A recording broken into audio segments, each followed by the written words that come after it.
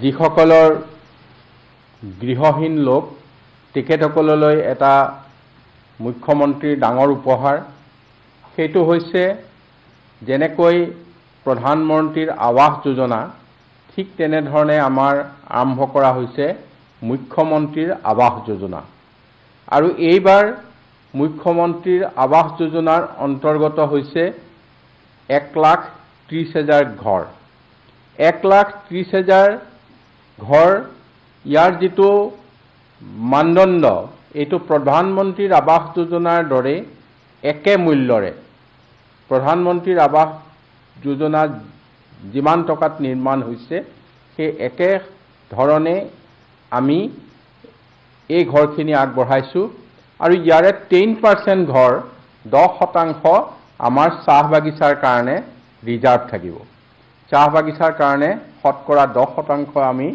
reserve কৰিবলৈ ঠিক কৰিছোঁ আৰু এইটো বৃহৎ পৰিকল্পনা যে গৃহহীন লোকসকলক এতিয়াও যিসকলে আজি ঘৰ পোৱা নাই সেইসকলক আমি 1,30,000 ঘৰ আমি নিৰ্মাণ কৰিবলৈ নিশ্চিত কৰিছোঁ আৰু অতি সোনকালে ইয়াৰ কাম আৰম্ভ হ'ব ইয়াৰ নাম হ'ব মুখ্যমন্ত্ৰীৰ আৱাস যোজনা ইয়াৰ উপৰিও আজি আমাৰ কেবিনেটত আমি 3টা বেলেগ বেলেগ সিদ্ধান্তৰে আমি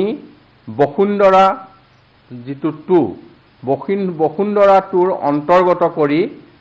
আমি সৰ্বমুঠ 1,540 গৰাকী ভূমিহীন খিলঞ্জীয়া লোকক আমাৰ এই ভূমি আগবঢ়োৱা হৈছে আৰু এইখিনি আজি সিদ্ধান্ত কৰা হৈছে এইটো এটা অংশ আৰু মাঘৰ বিহু আহি আছে মাঘৰ বিহুত আমাৰ পৰম্পৰাগতভাৱে মহ যুঁজ আৰু বুলবুলি চৰাই যুঁজ হয় মহ যুঁজৰ এটা সিদ্ধান্ত আগতে লৈছিল যদিও বুলবুলি চৰাই যুঁজৰ সিদ্ধান্ত লোৱা হোৱা নাছিল এতিয়া আজি কেবিনেটে মহ যুঁজৰ লগতে বুলবুলি চৰাইৰ যুঁজৰ সিদ্ধান্ত লৈছে আৰু দুইটা ক্ষেত্ৰত এখন SOP ঠিক কৰি দিয়া হৈছে যে ৰেচন কাৰ্ড আমাৰ এতিয়াও বহুত লোকে ৰেচন কাৰ্ড পোৱা নাই আমি অহা 16 জানুৱাৰীৰ পৰা 22 জানুৱাৰীৰ ভিতৰত প্ৰতিটো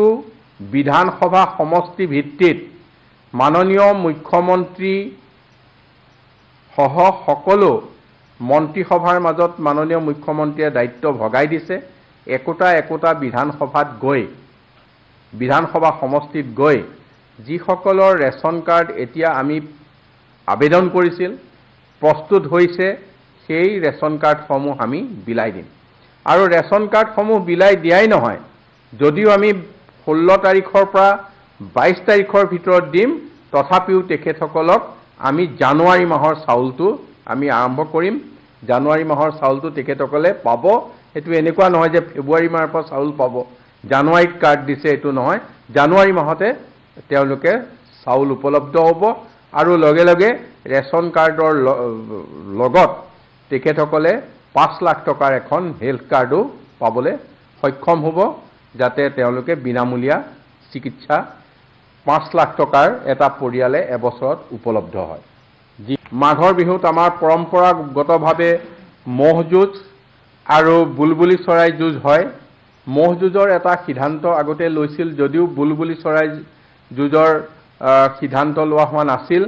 এতিয়া আজি কেবিনেটে মহ যুঁজৰ লগতে বুলবুলি চৰাইৰ যুঁজৰ সিদ্ধান্ত লৈছে আৰু দুইটা ক্ষেত্ৰত এখন SOP ঠিক কৰি দিয়া হৈছে গাইডলাইন ঠিক কৰি দিয়া হৈছে আৰু সেইমতে এই ক্ষেত্ৰত আমি দেখিম যে ইয়াৰ যিটো পৰিচালনা এই কঠোৰভাৱে সেই পৰিচালনা সেই ধৰণে হ'ব লাগিব আৰু সেই SOPখন আজি কেবিনেটে সিদ্ধান্ত লোৱাৰ পিছতে ৰাইজৰ মাজলৈ এৰি দিয়া হ'ব